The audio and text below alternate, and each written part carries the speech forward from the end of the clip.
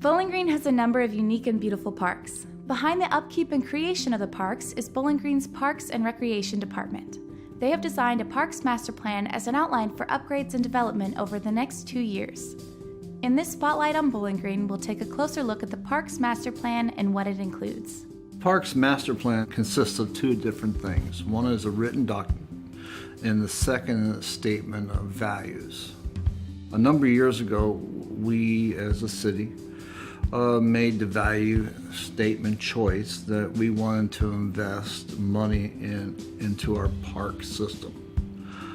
People live in the city environment and they expect and they need to have recreational services available. So we believe that also and felt that it was important to put together a plan and not just do it by whim, because that's inefficient and doesn't necessarily reflect the needs of the people. So we went through a process. We hired a consultant who did a number of listening meetings with the citizens in which our people who live in this community had an opportunity to say what they believe we should do with Park and Rec. And from that, we distilled down to a list of items in our master plan that we're planning to do over a period of time. A lot of the recommendations are just renovating or improving what we already have.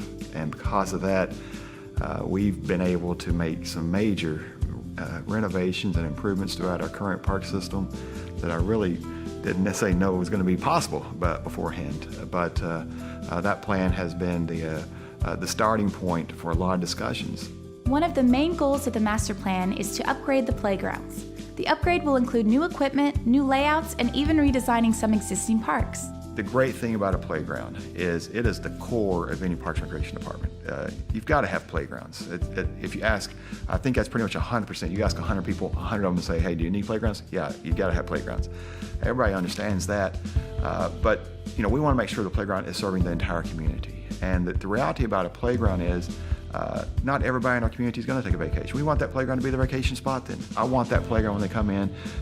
The only way I can term it is I want to have the Disney World effect. I want them to be like, oh wow, yeah, this is cool. All of our playgrounds, first and foremost, are ADA accessible, meet all guidelines for that. However, we want to put in a totally inclusive playground. That is a different term. The inclusiveness of it would be, we don't make individuals that may be have limited mobility. They may be on the autistic spectrum. That maybe it's sights, sounds, texture, incorporate hearing, whatever the case is, it doesn't matter. And this playground, our community doesn't have that right now. And we want to be the place where that happens. We are proud of the fact that we have a large special population program.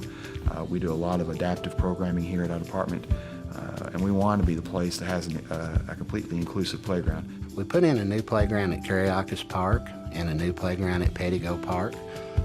Playgrounds are just like anything else. After they've been there for a period of time, people get tired, I guess, of using the same type of facility, the same type of play areas. So we upgraded to modern equipment, safer equipment, much more colorful and inviting equipment. And the playground at Carriacus and Pettigo both have been a big hit. We're going to be looking for a new park, a new addition to our park inventory. It's Shake Rag Park. It's going to be at the corner of 3rd and Center Street. Eventually what the public see will be a shelter, and it's going to be a unique shelter. It's not going to be a quintessential shelter that they're going to see anywhere else in the city. We want to make sure that the future generations of this community understand what Shake Rag was, and it'll have a wall with some art, in our hopes, some art dedicated towards the historical nature of what Shake Rag community was. There's a lot of changes taking place at Preston Miller Park. We're currently in the process of building a brand new soccer complex. It's going to be a 4-field complex, 2 of which will be lit. The others we hope will be lit in the near future down the road. There's a new entry building being built for Russell Sims Aquatic. There's a new restroom facility being built for the new Preston Miller Soccer Complex. The existing bathrooms and shower house where the lifeguards, the entryway, that building is completely being remodeled. Another one of our parks that has seen major additions and renovations is the Lovers Lane Soccer Complex. Well, the Loops at Lovers Lane is not only Bowling Green Parks and Recreation's endeavor, but it was Public Works, city manager, and so for that reason alone, it holds a special place with a lot of us here in city government, because the Loops at Lovers Lane is a trail. It's a jogging trail. It's an outer loop that's gravel that would be same as Cariacas Park that we have in town, and that was the one I mentioned that we've added to our inventory. We have an interior concrete path for people as well to use. It's really a neat concept, and it's something that we've really kind of we got together because a lot of departments had to come together to make it happen, and I think a lot of us are proud of the fact of the end result. Now you've thrown in the fact that what we've done with the loops, create the loops, we put at the front, we took a former bathroom that, it was a bathroom, I can tell you that. That was about it. It had no curb appeal. So we wanted to look at this bathroom and be like, hey, we need more than just a bathroom, right? Obviously coming into it, we gotta have more bathroom space.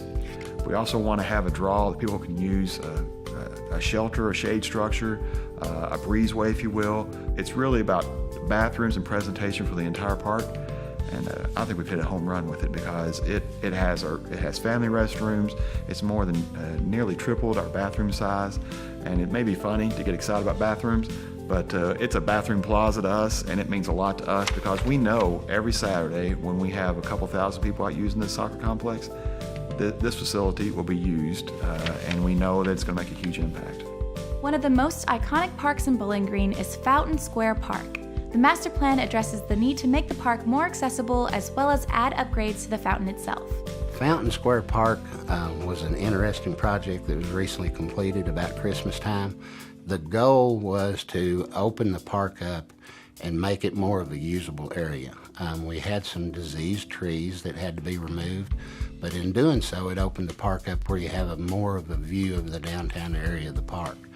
The sidewalks were reworked in the interior part of the park to make them wider and more accessible. The benches were removed out of the sidewalks and placed off to the side where there wasn't any obstructions as you walk through the park. As we progressed through the project, the idea come about to maybe do some seat walls on the outsides of the park around the urn areas to make it match the fountain, to give it even a more inviting look. That give us an opportunity to get some of the landscaping up out of the sidewalk to where it was actually viewable and not an area that you had to kind of walk around.